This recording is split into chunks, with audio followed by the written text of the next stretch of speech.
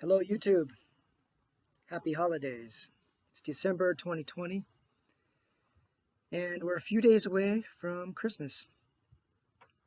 And I'm stuck wondering, could our government really let another 10, 20 million people lose their homes and become homeless in the next month or so?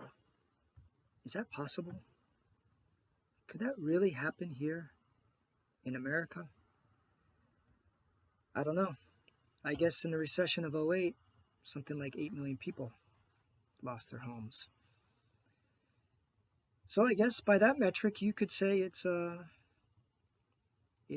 fair assumption that that might actually happen. And how crazy, ridiculous, immoral a thing is that? We'll have to wait and see. Um, my name is Jeff, and I never did see that comedy where the guy says, "My name is Jeff," so that's the truth. My name is Jeff, and I don't get the reference. Hailing from Charlottesville, Virginia, and this is my first attempted video, which I intend to upload to YouTube for the world to see.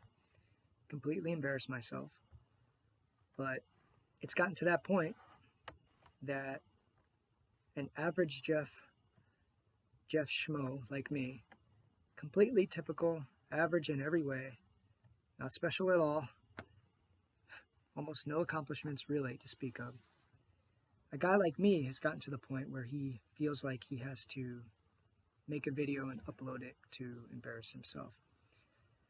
The point of saying that is that our establishment has reason to fear. They really do. I think their reign is coming to an end, because in any other decade, I think most of us just kind of take it and move on with our lives.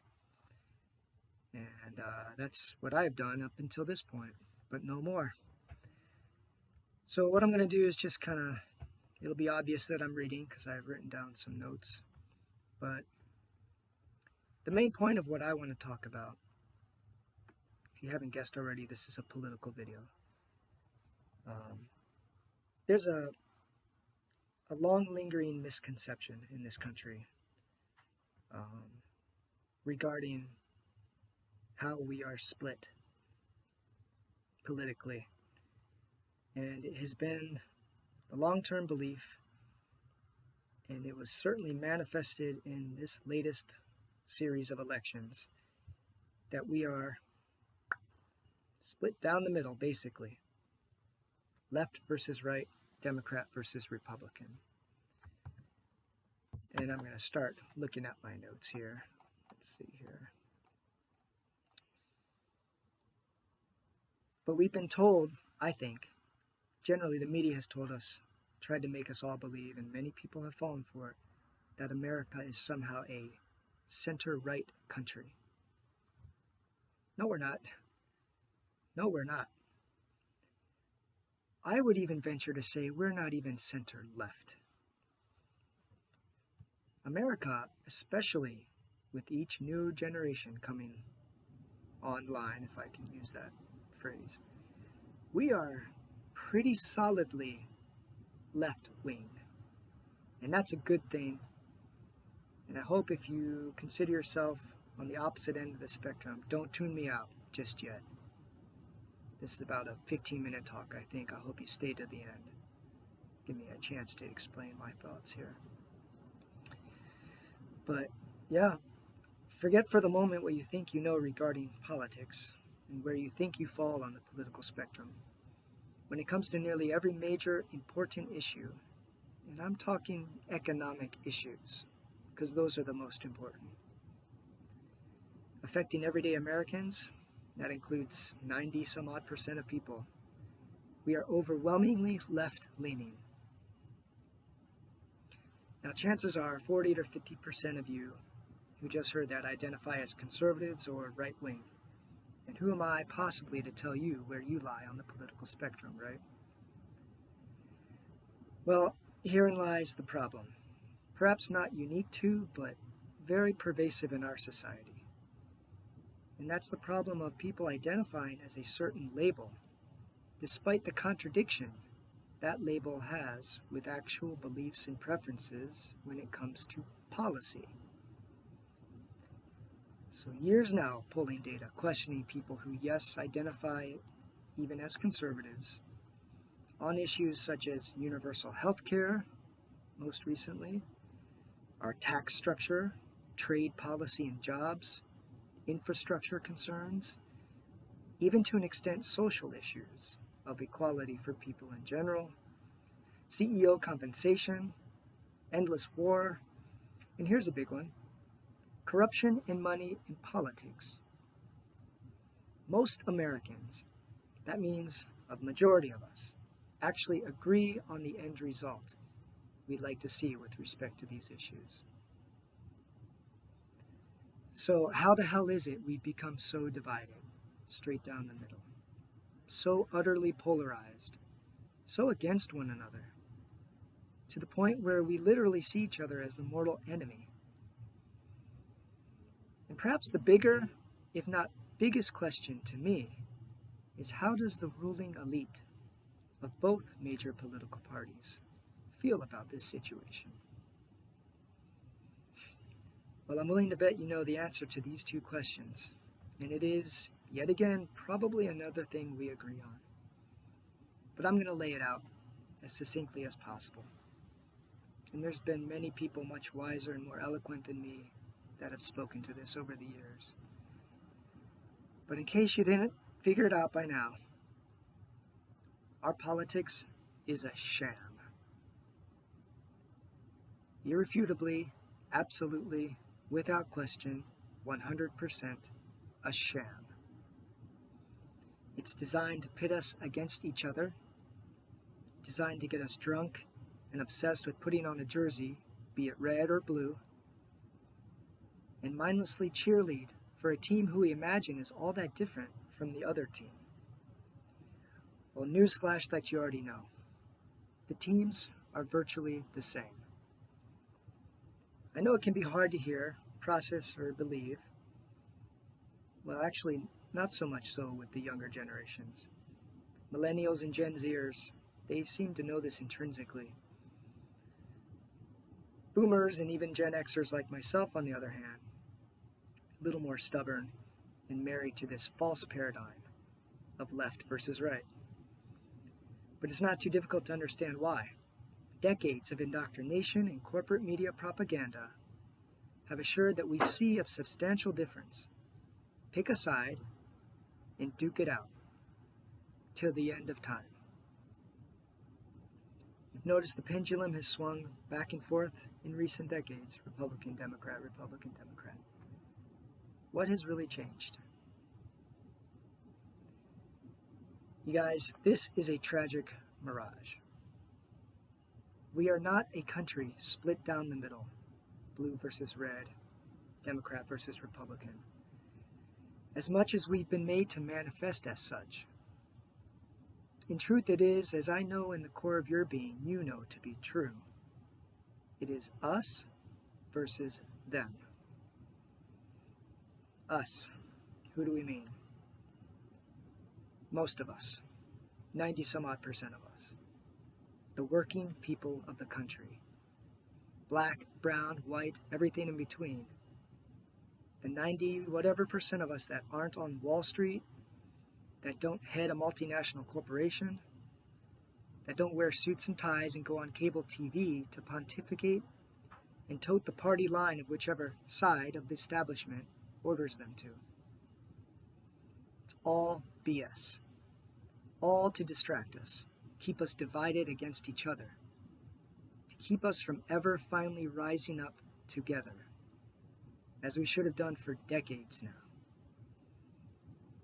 To overthrow this system rigged and run by the elite puppet masters who quietly and continuously run out the back door with all the money, power, and influence. In other words, the status quo. Now, once we see the sham for what it is and realize it is we who have the power with sheer numbers, No amount of money in the world will be able to stop our tidal wave if we come together. We will win, insert ourselves, the people, back into our hijacked political system, and implement the change required to finally bring about a more just, fair, and equitable, peaceful and prosperous, and yes, more perfect union that we have said we strive to have but have never really achieved. You guys, if we are able to initiate this wave, sustain and harness it, and have an effective, hopefully inspiring and charismatic leader or spokesperson for this cause, oh, they're going to come for us, the establishment is, with an unchecked viciousness to try to take our movement down. Or they'll employ one of two other possible tactics. One is they'll ignore us, and in this way try to delegitimize the movement and wait for it to just fizzle away and be forgotten. Or they might try to conscript members of our leadership, placate them in the hopes of neutering their and thus our resolve, try to de-radicalize and incorporate them into their club by offering positions where they'd suddenly find themselves financially secure and taken care of for life, with no reason left to revolt. Some are arguing at this moment that that might be exactly what's happening to the so-called progressives in the Democratic Party. But they would be wrong to attempt this, as they would not understand the motivation that drives us, that we hold beliefs and have principles. How's that for a shocker? Principles to support our overall ideology, which is to work towards what I just spoke about, a more just society. Personally, I'd welcome their attempts. Bring it on. Because the harder they try to take us down, the more we'll know that it is working. And the closer we'll be to victory over the corrupt elite overlords. We'll then be able to usher in a new age of unity, frankly all but impossible to imagine now. You know, Trump said we need to drain the swamp.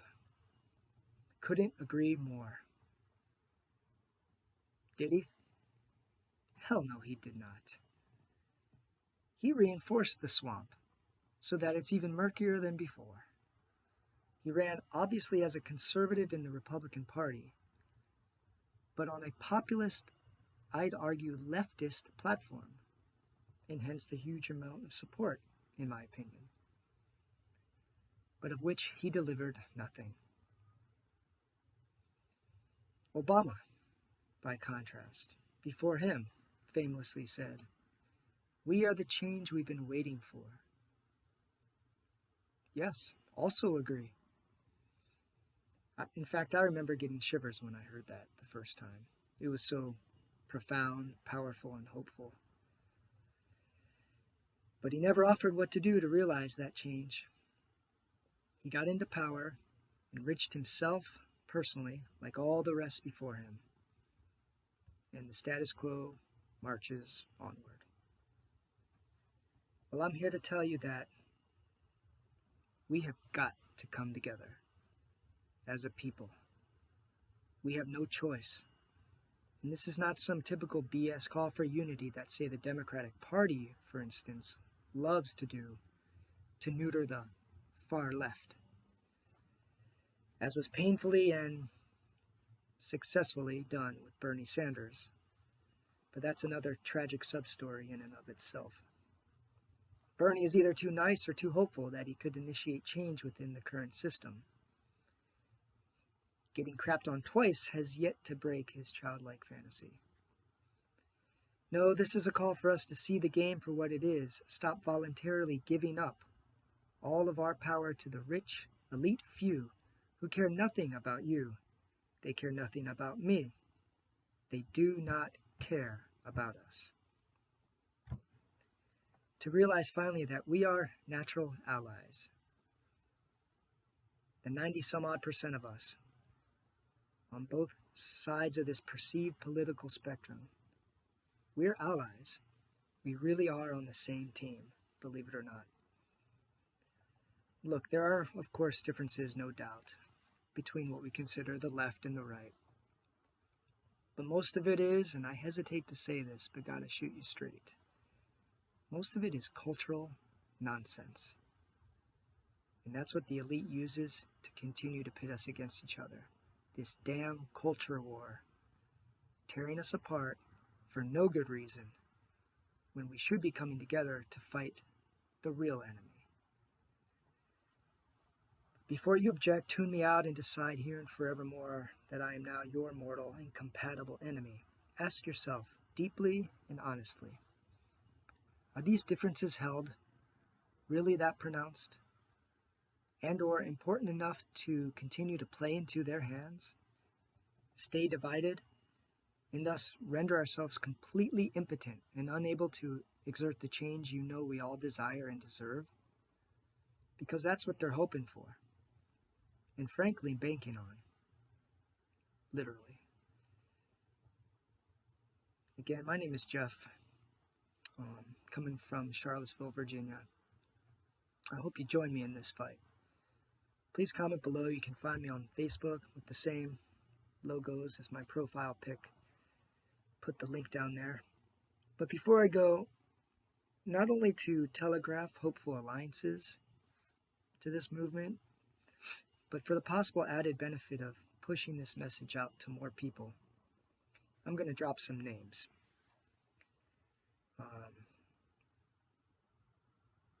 I mentioned there are many others of like mind who have spoken eloquently on this and similar issues plaguing our country.